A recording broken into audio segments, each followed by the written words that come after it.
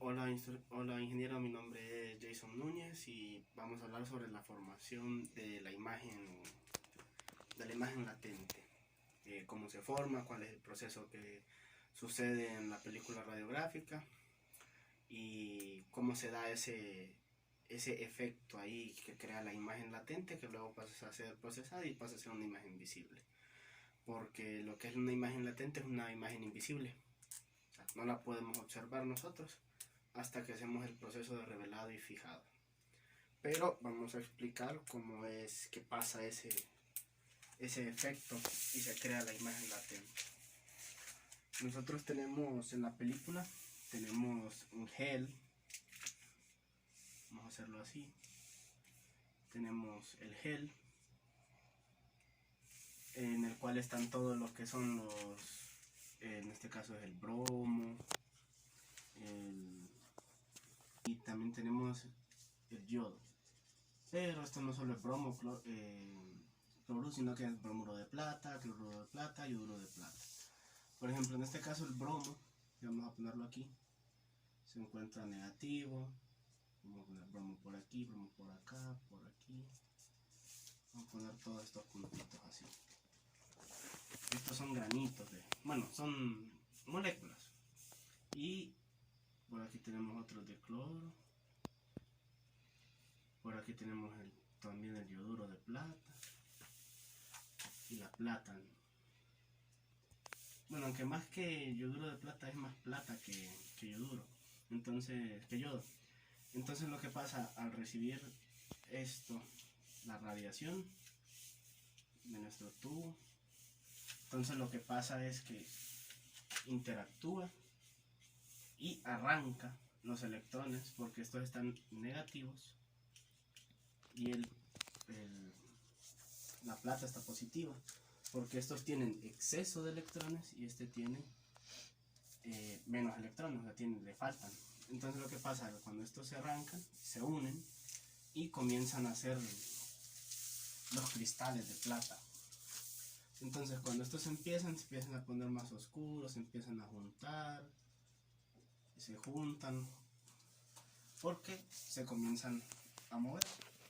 Entonces toda esta red, toda esta membrana de bromo, de cloro y de plata se comienza a mover y se comienzan a juntar. Cuando ya se juntan, se crea la imagen latente en sí. Es un ángulo invisible, entonces no lo podríamos observar hasta que se hiciera el proceso de revelado. En el proceso de revelado y fijado, lo que pasa es que entramos al cuarto oscuro y tenemos la procesadora. Metemos nuestra película en la procesadora, pasa por el proceso de revelado, el fijado, la limpieza, el agua, luego el secado, y se le quitan todos los otros que no fueron irradiados, porque los únicos que se van a quedar son los que están irradiados, los que se unieron. Entonces cuando ya pasa todo ese proceso, salen a la bandeja y así obtendríamos la imagen visible. Digamos, aquí tenemos una mano, bueno, que está quebrada, pues, un poco deforme, y podríamos observar ya nuestra imagen en sí. Ya tendríamos nuestra imagen visible, pero hay diferentes, digámoslo, granos. Por ejemplo, están las películas de grano fino y las de grano grueso. Las de grano grueso, como lo dice, el grano es un poco más grande. Entonces lo que pasa ahí es que estas, que son de grano grueso,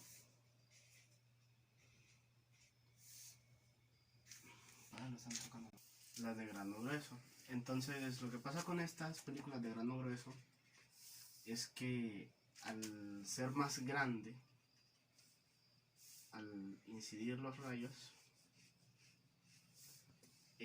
la sensibilidad de estos es mayor.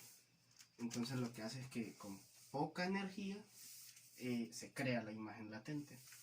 Entonces lo que pasa es que se le da una dosis menor al paciente, pero al ser más sensibles lo que pasa es que pueden generar un mayor ruido o es bastante similar a cómo funcionan los filamentos del cátodo, porque está el filamento grueso y el filamento fino. El filamento grueso es para una exposición rápida y se hace un menor tiempo de exposición.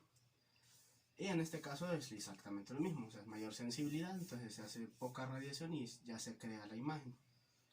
Entonces, con el filamento delgado lo que pasa sería lo mismo con la fina. Se requiere un mayor tiempo de exposición para que se tenga un mejor contraste, una resolución espacial mejor, o sea, se tenga una calidad de imagen superior. Entonces depende también de eso, si la película es de grano fino o de grano grueso. En las otras partes, o sea, el proceso de revelado es exactamente el mismo. Y aquí depende bastante de lo que es la película. Entonces está ese detalle. Y hay varias teorías, pero sobre esto porque es algo bastante interesante por el proceso de la fotografía, ¿va? Porque prácticamente es lo mismo.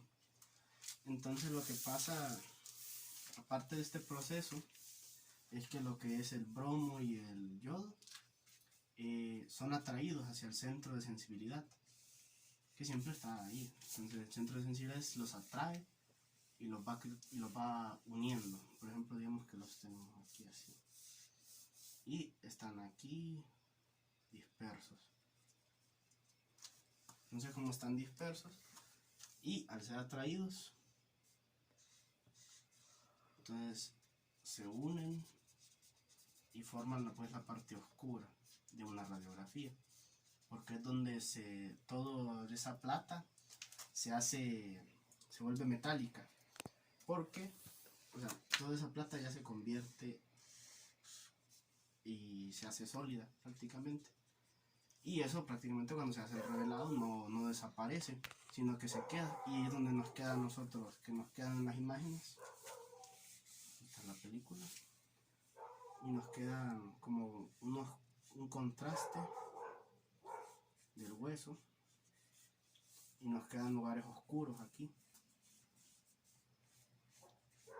Entonces lo que pasa es que pueden pasar dos efectos. O sea, el efecto fotoeléctrico que se absorbe completamente y queda así, o el efecto Cotton, que es absorbido parcialmente, entonces quedan como grises, porque nosotros lo que miramos aquí son en tonalidades de grises, no es que miramos blanco, por ejemplo como aquí que se mira blanco, pero nosotros lo que miramos son escalas de grises, que nosotros solamente podemos ver alrededor de 30, y dependiendo, porque en lo que es la radiografía digital podemos ver mucho más, pero eso ya es parte de la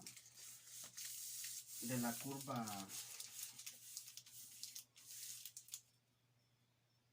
de sensibilidad o nuestro rango dinámico, digamos. Por ejemplo, la profundidad de nuestros bits, porque si no es una digital, todo esto lo vamos a ver por píxeles, una matriz completa de píxeles, cual nosotros vamos a poder regular si queremos más contraste, si queremos que esto resalte más, o si queremos observar otra parte, comenzamos a mover y esto va a empezar a oscurecerse o a empezar a brillar.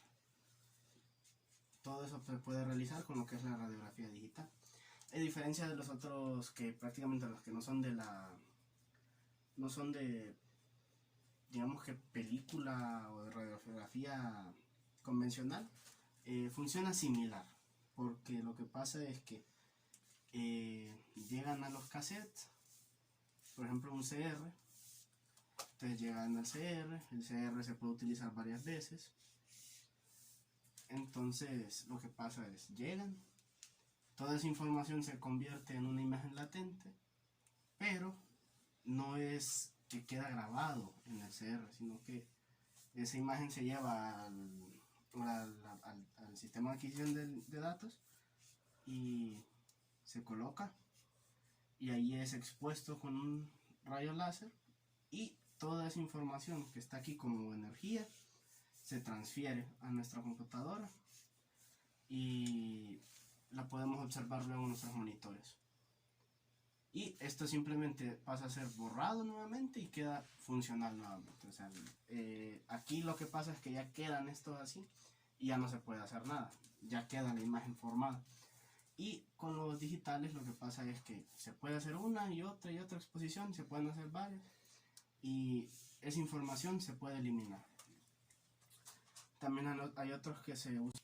También están los otros sistemas que se utilizan en fluoroscopía, que esos son prácticamente ya como que en movimiento. Ya uno los puede observar, puede observar medios de contraste y eso lo está viendo uno en vivo.